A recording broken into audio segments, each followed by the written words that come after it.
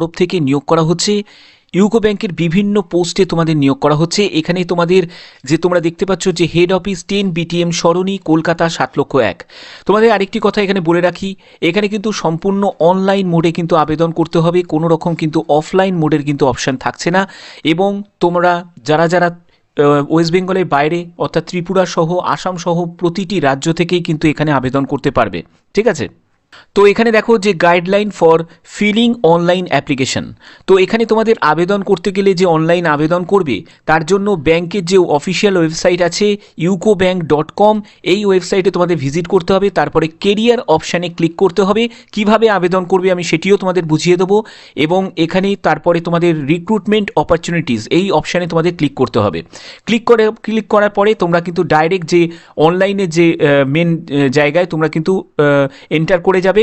তো এখানে তোমাদের যে ডকুমেন্টসগুলো লাগছে সেগুলো অ্যাপ্লাই অনলাইন করার সময় তোমাদের আপলোড অফ ফটোগ্রাফ, সিগনেচার এবং প্রয়োজনীয় যেসব ডকুমেন্টস, সেটি ডেট অফ বার্থ থেকে শুরু করে তোমাদের এডুকেশন কোয়ালিফিকেশন সব ডকুমেন্টসগুলো কিন্তু আপলোড করতে হবে।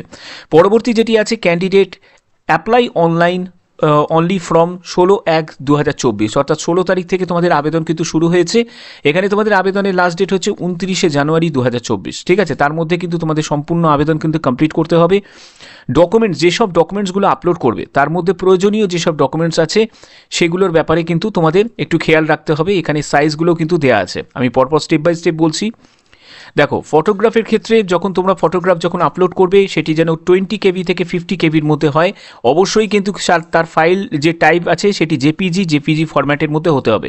পরবর্তী যেটি আছে সেটি হচ্ছে সিগনেচারের ক্ষেত্রে সেটি 10 KB থেকে 50 KBর মধ্যে হতে হবে এবং সেটিও কিন্তু জেপিইজি ফরম্যাটের মধ্যে কিন্তু হবে। আপলোড অফ ডকুমেন্টস, এই আপলোড অফ ডকুমেন্টসের মধ্যে তোমার ডিওবি অর্থাৎ ডেট অফ বার্থের সার্টিফিকেট দিতে পারো বা মাধ্যমিকের অ্যাডমিট কার্ড দিতে পারো, সেখানে তোমাদের পিডিএফ ফরম্যাটে কিন্তু আপলোড করতে হবে। এবং তোমাদের কাস্ট সার্টিফিকেট বা যাবতীয় এডুকেশন কোয়ালিফিকেশান আছে সেই কোয়ালিফিকেশানে তোমাদের সার্টিফিকেট, এগুলো কিন্তু সবই জেপিজি ফরম্যাটে তোমাদের আপলোড করতে হবে। ওকে, তো এখানে এবার দেখে নাও যে তোমাদের আবেদন মূল্য কত টাকা লাগছে।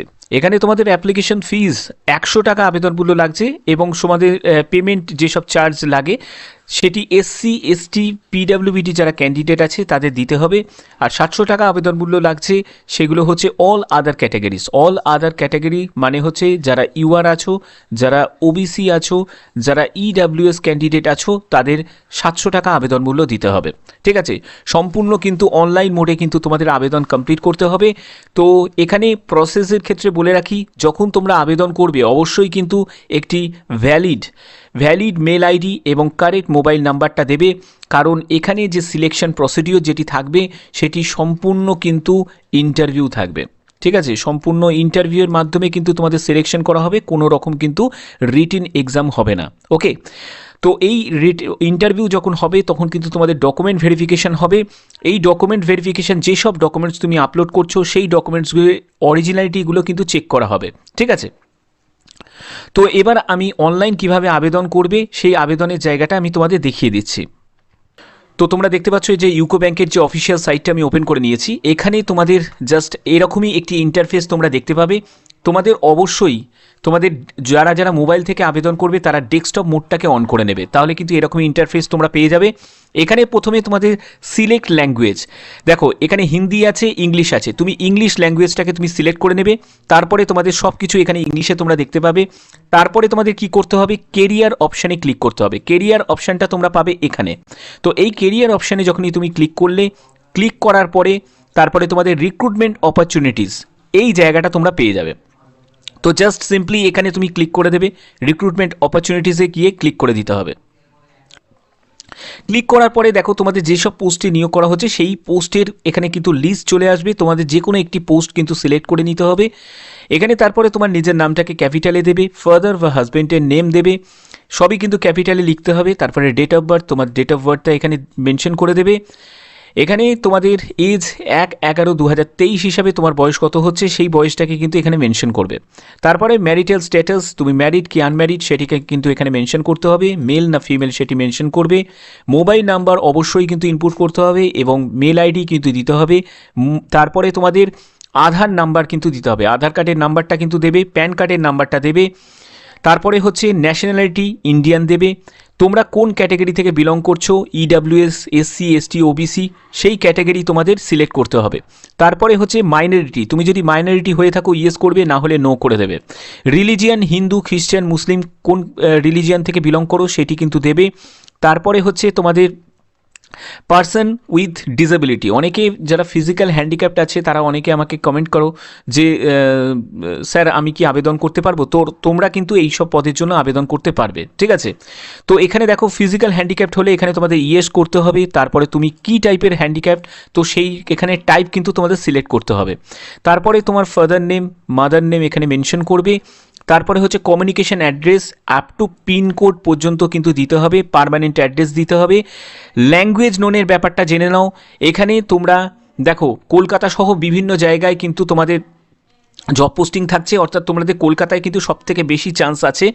তো এখানে দেখো তোমাদের ল্যাঙ্গুয়েজ হিসাবে তোমরা বাংলা দেবে, তারপরে তুমি হিন্দি দেবে, ইংলিশ দেবে। এখানে দেখো তুমি ধরো পড়তে পারো, লিখতে পারো, কিন্তু বলতে পারো না, তাহলে সেখানে যেটা পারো না সেখানে নো করে দেবে, অসুবিধা কিচ্ছু নেই। হয়তো তুমি এটা হতে পারে যে ইংলিশে পড়তে পারো, লিখতে পারো, কিন্তু বলতে পারো না, তো এখানে তুমি তাহলে নো করে দেবে, ঠিক আছে। তো এখানে তারপর করার পরে তোমাদের এডুকেশন কোয়ালিফিকেশান, যত অবধি এডুকেশন কোয়ালিফিকেশান আছে সম্পূর্ণ তোমাদের ফিল আপ করতে হবে। এবং এগুলো কিন্তু self attested copy of certificate, এগুলো যখন ডিভি হবে তখন কিন্তু এগুলো প্রয়োজন হবে। তারপরে ওয়ার্ক এক্সপিরিয়েন্স, তারপরে হচ্ছে তোমাদের যদি কোনো আগে যদি কোনো জায়গায় কাজের যদি অভিজ্ঞতা থাকে তাহলে সেইটা। এর পরবর্তী যেটি আছে সেটি হচ্ছে তোমাদের কম্পিউটার নলেজ। দেখো কম্পিউটার নলেজ যদি থাকে তো ইয়েস করবে, যদি না থাকে তাহলে নো করে দেবে। নো করে দিলে দেখো এই জায়গাটা হাইড হয়ে যাবে। আর যদি তোমার কম্পিউটারে কোনো বেসিক নলেজও যদি থাকে তাহলে সেটি ডিটেলসে কিন্তু এখানে লিখবে, এখানে ডিটেলসে লেখার কিন্তু একটি জায়গা আছে। তারপরে কি করতে হবে, সেভ অ্যান্ড নেক্সটে চলে যাবে। এই সেভ নেক্সটে যাওয়ার পরে তারপরে তোমাদের পরবর্তী জায়গায় হয়তো তোমাদের আবেদন মূল্য জমা করতে হবে। তো এগুলো করার পরে তোমাদের সাবমিট করে দিতে হবে। তো তোমার অ্যাপ্লিকেশন এটা কমপ্লিট হয়ে গেল।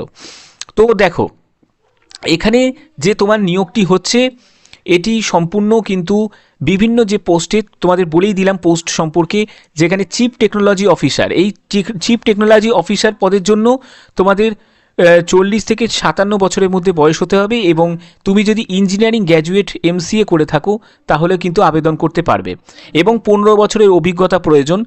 তারপরে হচ্ছে তোমাদের ম্যানেজার সিভিল ইঞ্জিনিয়ারের জন্য তোমাদের 3টে মতো এখানে ভ্যাকেন্সি দেখতে পাচ্ছ। 25 থেকে 35 বছরের মধ্যে তোমার বয়স হতে হবে। বিটেক যদি সিভিল নিয়ে করে থাকো তাহলে আবেদন করতে পারবে, এবং 3 বছরের অভিজ্ঞতা প্রয়োজন। তারপরে হচ্ছে ম্যানেজার আর্কিটেক্ট, এই ক্ষেত্রে তোমাদের 25 থেকে 35 বছরের মধ্যে বয়স হতে হবে। আর বিটেক যদি তোমার করা থাকে সেটি আর্কিটেকচার নিয়ে তাহলে কিন্তু আবেদন করতে পারবে, এবং ভ্যালিড কিন্তু রেজিস্ট্রেশন থাকতে হবে আর্কিটেকচার নিয়ে, এবং অটোক্যাডের কিন্তু নলেজ থাকতে হবে, এবং 3 বছরের অভিজ্ঞতা থাকতে হবে, তাহলে কিন্তু তোমরা আবেদন করতে পারবে। এটি তোমাদের কন্ট্রাকচুয়াল বেসিসে কিন্তু নিয়োগ করা হচ্ছে, অর্থাৎ তোমাদের এটি কিন্তু সম্পূর্ণ একটি কন্ট্রাকচুয়াল জব, 3 বছরের কন্ট্রাক্টে তোমাদের নিয়োগ করা হচ্ছে, ঠিক আছে। যারা যারা ওবিসি ক্যান্ডিডেট আছো তারা কিন্তু বয়সে 3 বছর ছাড় পেয়ে যাবে, এবং SC STরা বয়সে 5 বছর কিন্তু ছাড় পেয়ে যাবে। তো আশা করি তোমাদের ভিডিওটা ভালো লেগেছে। যদি ভিডিওটা ভালো লেগে থাকে অতি অবশ্যই ভিডিওটাতে লাইক করবে, চ্যানেলটাকে সাবস্ক্রাইব করে বেল আইকন অল করে রাখবে। তো আজকের মতো এটুকুই, টাটা।